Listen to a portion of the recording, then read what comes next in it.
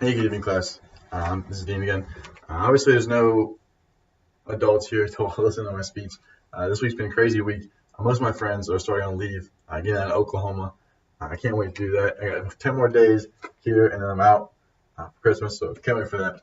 But anyway, this is my persuasive speech on recycling and the importance of recycling and what kind of effect it has on the earth on us recycling. So, everyone knows what mercury is. Most people don't know what it does. So mercury is a very hazardous substance because gets in your skin by just skin contact. You don't have to eat it, get in your eyes or cut or anything. It also on your kidneys, your central nervous system. It's a very deadly stuff. It's very hard to see. It's a liquid metal, so it moves like a liquid, but it's considered a metal. Not everyone thinks about all those effects when you don't recycle. So mercury is in neon glass and all kinds of weird things. If you don't recycle those will get into the environment and can potentially harm you. Obviously, it's a very rare thing to run into mercury, but if our recycling continues to deteriorate from what it's supposed to be at, you never know. That could be anywhere. So moving right along, we're talking to the main purpose and what is recycling. Recycling is the act of collecting used products and using them to be broken down and built into similar products, like a soda can. An aluminum soda can can be pulled into aluminum body of a car. You never know. It's very simple to do at home. You just take your soda cans, soda bottles, newspaper, used paper, separate it from your trash, and you put it on your curb on every other Thursday or whatever. You just need to make sure it's in a different can than the trash, and then pick it up and take it to the correct recycling center.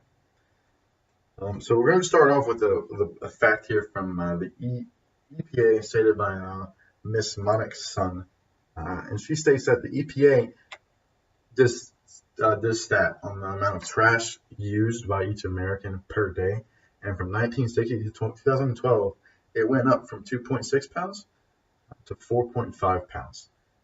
And while only 35% of that was recycled. And you might think 35%, but that's per person. There's 250 million people in the United States and growing. So that's a lot of trash per day.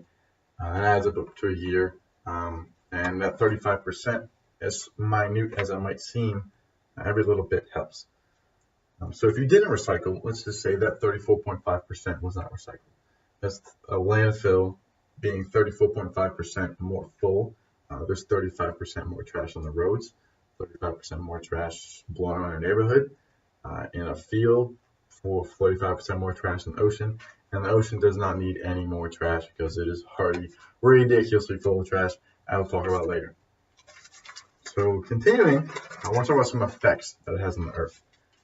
So this is going to be a quote. This is one of my favorite quotes I think I've ever read on recycling, because I'm a master of recycling, right?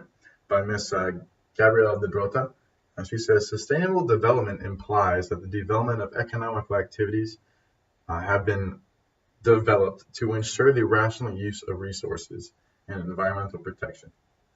In the context of limited resources, like the earth, has limited resources, a very great importance has been placed on reusing those products. And so basically what that means to me is she's trying to say that if you have a developing society like the United States, there need to be things in place to ensure the correct use of those materials so that you don't run out.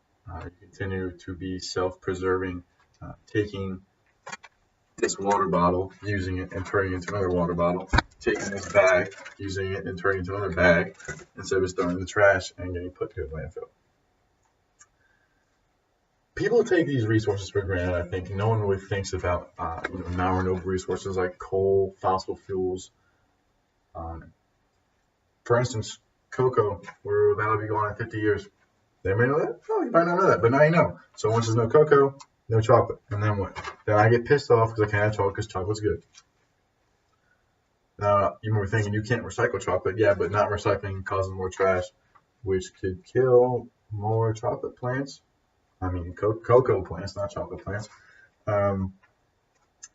So another thing that everyone always hears, right, is one man's trash is another man's treasure. And you might think that's, dumpster diving or whatever, yeah. But I know everyone's seen those bottles when they're bored, looking at them, says knee high or high knee, 5 cents. In Hawaii and Michigan, those cans and bottles are worth 5 cents each. So I have a family that lives in Iowa, poor family. They live on a farm. But every beer can and soda can they drink, they wash and keep, and they transport it over to Michigan and sell it, 5 cents each. And then in turn, they use that money to buy more beer, because who doesn't want to buy more beer? Recycling is usually the norm in most cities. I think most cities and towns have setups to recycle and get your recyclables taken care of for you. And some places might even be mandatory to fill up a recycling can to minimize the waste that you create. And so most people in homes, when I'm thinking about recycling, I think the most daunting task would be starting, not knowing where to start, how to find the correct way to separate the trash from the recyclables, soda cans, water bottles, paper, all that good stuff. But once you figure that out, it's very easy to get in the groove and just keep doing it. Now, without thinking about it, instead of throwing that can in the trash, or put it in the recycling bin, and from there you can expand. It's not just household items. There's people think batteries, food waste, and yard trimmings and grass cuttings can all be used to compost instead of putting into a trash can. And again, that's just doing your part to take out your amount of recyclables from your trash that you create, which is 4.5 pounds per day per person. So recapping everything, we talked about, what recycling is, what recycling does, and what happens if we didn't recycle. At the end of the day, it's very important to recycle, because without it, the oceans will fill up even faster. And so I'm going to leave you guys with something to think about. This is another good quote from Miss Diana Cantu in her academic journal on why recycling is important. Trash at sea is bad. Everyone knows that. There's even floating islands out in the ocean. There's one in the Pacific island called the Pacific Trash Patch that is half the size of the United States. And the United States is pretty big, so imagine that. But did you know that 70% of the trash in the ocean is actually sunken and it's in the water?